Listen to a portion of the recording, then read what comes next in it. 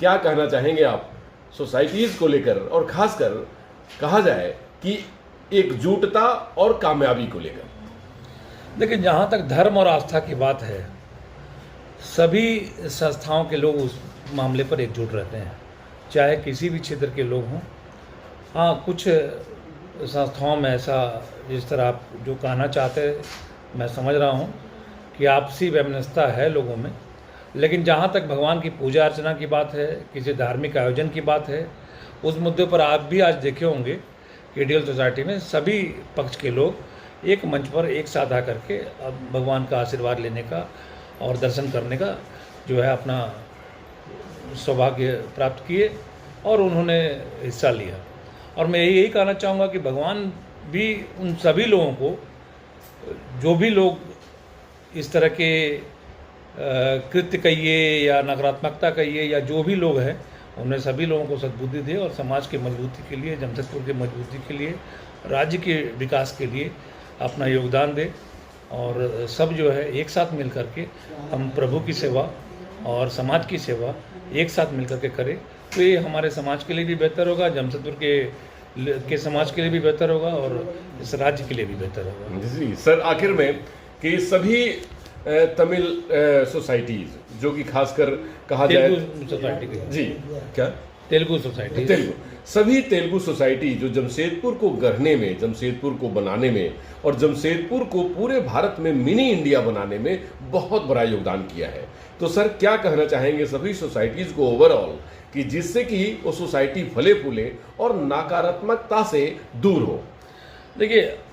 यह जो मंदिर है ये 106 साल पुराना मंदिर है और सभी संस्थाओं का इसको एक जो आंध्र भक्त श्री राम मंदिरम कमेटी है, इसको एक तरह का मदर ऑर्गेनाइजेशन कहा जाता है और यहाँ करीब लगभग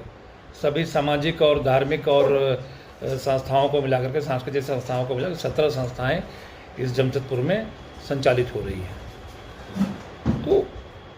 हम यहाँ पर इस जमशेदपुर में हैं कि सभी संस्थाओं को हम एकजुटता के साथ रहें, सभी अपनी संस्कृति, अपनी सभ्यता को विकसित करने के लिए, संरक्षित करने के लिए, सुरक्षित रखने के लिए हम सब बढ़ चढ़ करके हिस्सा लें और एक दूसरे का सहयोग करके, हाथ में हाथ मिला करके हम साथ में कार्य करें, तो सभी संस्थाएं विकसित होगी। और जहाँ तक प्रतिस्पर्धा की बात है, स्वच्छ प्रतिस्पर्धा होनी चाहिए,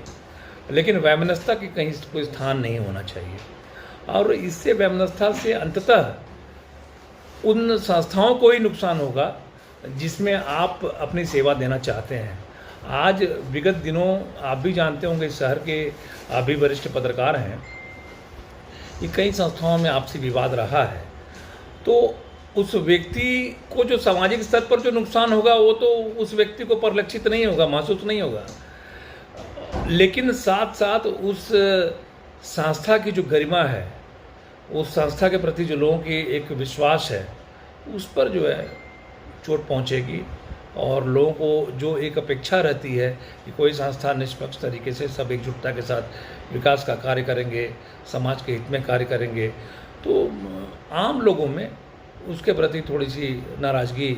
बढ़ती है और लोगों को एक लगता है कि अपने लोगों के प्रति जो है उनमें नाराज़गी आती है। तो मैं यही कहना चाहूँगा कि सभी मिलजुल के काम करें, समाज हित में काम करें, हाथ से हाथ मिला कर के काम करें। छोटे छोटे विषयों को हम मिल बैठ कर के भी सुलझा सकते हैं, कोई बहुत बड़ी ऐसी समस्या नहीं है। किसी भी क्षेत्र में देखिए समस्याओं का समाधान होता है और एक जो परिपक्वता का एहसास खुद भी महसूस करें और सामने वाले को भी एहसास कराएं और उसके साथ ही अपने जो भी आप बेहतर से बेहतर कार्य समाज के लिए और संस्था के लिए कर सके, यही लक्ष्य होना चाहिए सभी लोगों का। मैं आपके माध्यम से पूरे तेलुगु समाज को एकजुटता की अपील करता हूं कि कोई भी ऐसा कोई कार्य ना करे जिससे संस्थाओं में और हमारे समाज को किसी की गरिमा में किसी भी तरह का जो है चोट पहुँचे, नुकसान पहुँचे, इस बात का सभी लोग ध्यान रखें। और सभी लोग, मैं फिर से आपके माध्यम से इस जो ब्रह्मोत्सव यहाँ चल रहा है भगवान वेंकटेश्वर स्वामी का 17 तारीख को कल्याणम है, उसमें सपरिवार यहाँ आमंत्रित हैं और सभी लोग आएँ, भगवान का दर्शन करें, भगवान का आशीर्वाद लें और पुण्य का भागी बने। धन्यवाद सर।